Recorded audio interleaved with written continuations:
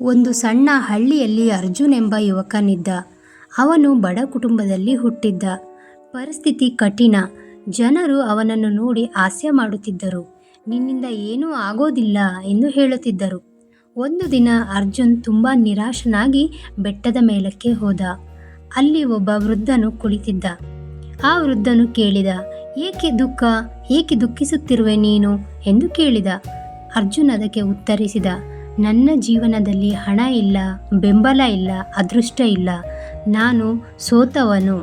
ವೃದ್ಧನು ಸಣ್ಣ ನಗೆ ಮಾಡಿ ಹೇಳಿದ, ನೀನು ಸೋತವನೂ ಅಲ್ಲ, ನೀನು ಇನ್ನೂ ಎದ್ದಿಲ್ಲ ಅಷ್ಟೇ. ರಾಜನೆಂಬುವವನು ಜನ್ಮದಿಂದ ಆಗುವುದಿಲ್ಲ. ಅವನು ತನ್ನ ಮನಸ್ಸನ್ನು ಗೆದ್ದು ರಾಜನಾಗುತ್ತಾನೆ. ಆ ವೃದ್ಧನ ಮಾತಿಗೆ ಅರ್ಜುನ್ ಆಶ್ಚರ್ಯಪಟ್ಟ. ಹಾಗಾದರೆ ನಾನು ಹೇಗೆ ರಾಜನಾಗಲಿ ಎಂದು ಕೇಳಿದ. ಅದಕ್ಕೆ ವೃದ್ಧ ಹೇಳಿದ, ಇತರರು ನಿದ್ರೆ ಮಾಡುವಾಗ ನೀನು ಕಲಿ. ಇತರರು ದೂರಾಡುವಾಗ ನೀನು ಕೆಲಸ ಮಾಡು. ಇತರರು ನಿನ್ನನ್ನು ತಗ್ಗಿಸಿದಾಗ ನೀನು ನಿನ್ನನ್ನೇ ನಂಬು. ಸಿಂಹಕ್ಕೆ ಕಿರೀಟ ಇಲ್ಲ, ಆದರೂ ಅದು ಕಾಡಿನ ರಾಜ. ಆ ದಿನದಿಂದ ಅರ್ಜುನ್ ಬದಲಾದ.